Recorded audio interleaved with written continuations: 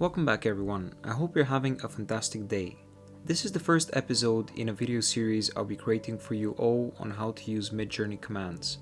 In this series, we'll cover all the MidJourney commands, with each episode focusing on an individual command, understanding how it works, and visualizing how the end result changes when varying the command inputs.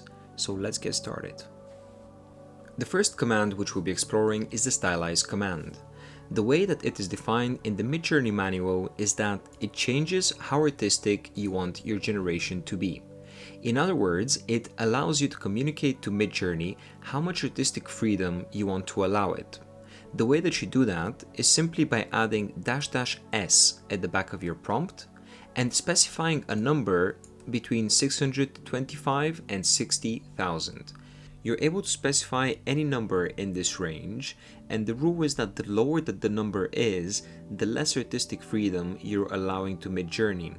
So if you were to specify 625, which is the lower extreme, you're basically communicating with MidJourney that you want it to stick as close as possible to the exact words that you have provided in your prompt. You don't want it to add anything that you have not specified in your word prompt. On the other hand, the larger the number that you select and the closer that you get to 60,000, the more artistic freedom you're providing MidJourney with. So it will take the liberty to go outside of your text prompt and introduce things which you may not have asked for. For example, if you're creating a character but did not specify a background, it may introduce a background regardless. So it's going to present you with some crazy ideas the higher that you go, but keep an open mind because you never know what comes out. Having defined the Stylize command, we're now going to try 3 different value inputs for it and see how each impacts the end result that MidJourney produces for us. Let us quickly jump into our settings menu, and you may recall from my full beginner's guide that the way that you do that is by typing /settings. Now, the second line in our settings is the stylized function. By default, it's at 2500, and whenever you have selected style medium, which is the default, you're not going to see anything over here. But if you go low, high, or very high, it will automatically add this to your text prompts, the --s, and then 1250 for low, 5000 for high, and 20,000 for very high. As you may recall though, the range for --s is from 625 on the low end to 60,000 on the high end. So you're still able to use these numbers, but you just need to manually input them into your text prompts. Whenever you do these manual inputs, they will override whatever you have selected here. So keep that in mind, that even if you have selected 20,000 here, if you input 60,000 on your actual text prompt, that is going to override this current selection. I found it to be good practice to reset my style back to medium, so it removes this --s, but because I want to demonstrate that we are able to override it, I'm still going to leave it at very high.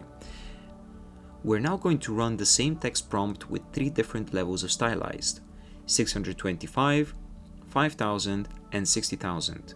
I have chosen these purposefully because I believe that they're going to show good variation between the results, and that will help us better understand what stylized really does for the end product of your image.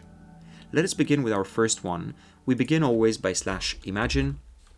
This is how I communicate with the MidJourney AI, and in this case I've chosen the text prompt Egyptian pyramids. The command is --s, and always leave a space between your command and the value that you're inputting for that command. I'm going to hit enter.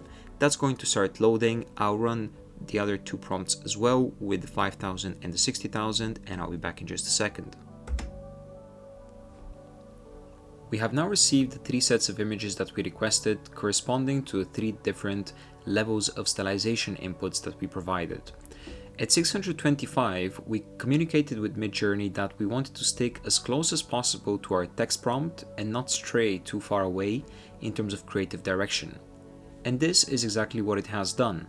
As you can see in all of these images, the Egyptian pyramids are the main focus. It's a very clean image, very little has been introduced except the bare minimum necessary to establish an environment, and the main feature, the main focus is the Egyptian pyramids. All of them are desert landscapes, meaning that it has considered the Egyptian direction that we requested, and then it has also made all the pyramids yellow, which is exactly what you would see if you were to Google the Egyptian pyramids.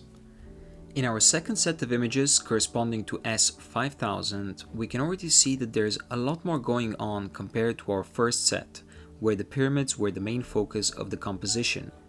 At 5000, MidJourney has introduced different aspects that we did not explicitly ask for in our text prompt.